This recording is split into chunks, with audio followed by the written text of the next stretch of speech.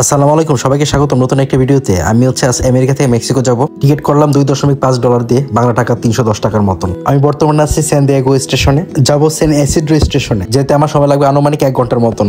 ওইখান থেকে আপনার পায়ে হেঁটে মেক্সিকোতে যাওয়া যায়। আর আপনার মেক্সিকোর অঞ্চলটার নাম হচ্ছে তিজুয়ানা। তিজুয়ানা খুব বিখ্যাত একটা অঞ্চল। তিজুয়ানা নিয়ে অনেক হলিউড মুভি রয়েছে। তাছাড়া এখানে রয়েছে ট্রাম্প দেওয়াল, যেটা ডোনাল্ড ট্রাম্প আসার পর দিয়েছিল। তিজুয়ানা ভ্রমণ নিয়ে আমি খুব খুশি ছিলাম, আবার বয়েও ছিলাম, কারণ এই অঞ্চলটা গ্যাংস্টারদের। তাছাড়া হচ্ছে আমেরিকা থেকে প্রচুর পরিমাণ টুরিস্ট, মেডিকেল এসবের জন্য সবাই তিজুয়ানাতে যাই। অবশেষে পৌঁছে গেলাম Mexico border San Ysidro rail স্টেশনে। এখান থেকে হেঁটে আমরা পায়ে এখন মেক্সিকোতে চলে যাব। যেহেতু আমার আমেরিকার ভিসা আছে, সেক্ষেত্রে আমার ভিসা লাগবে না, মেক্সিকো অনারেবল। মেট্রো স্টেশন থেকে মাত্র 5 মিনিট দূরত্ব হচ্ছে মেক্সিকো বর্ডার। আমি হাঁটতে হাঁটতে চলে যাই মেক্সিকো বর্ডারে। আমেরিকা থেকে মেক্সিকো যাওয়ার পথটা একদম ইজি ছিল, কোনো ভিড় ছিল না, কিন্তু আসার সময় প্রচুর ভিড় হয়। আর আপনার 24 ঘন্টা এই বর্ডারটা ওপেন থাকে। আমেরিকা থেকে মেক্সিকো যাওয়ার সময় কোনো ইমিগ্রেশন হয় না, আপনি বুঝবেনই না কখন মেক্সিকোতে চলে আসছেন। আমি ভুল করেছিলাম, পরে আবার পাসপোর্ট স্ট্যাম্পিং করে নিয়ে আসছিলাম। 30 দিনের ভিসা দেওয়া হয় অনারেবল। সবাইকে অসংখ্য ধন্যবাদ।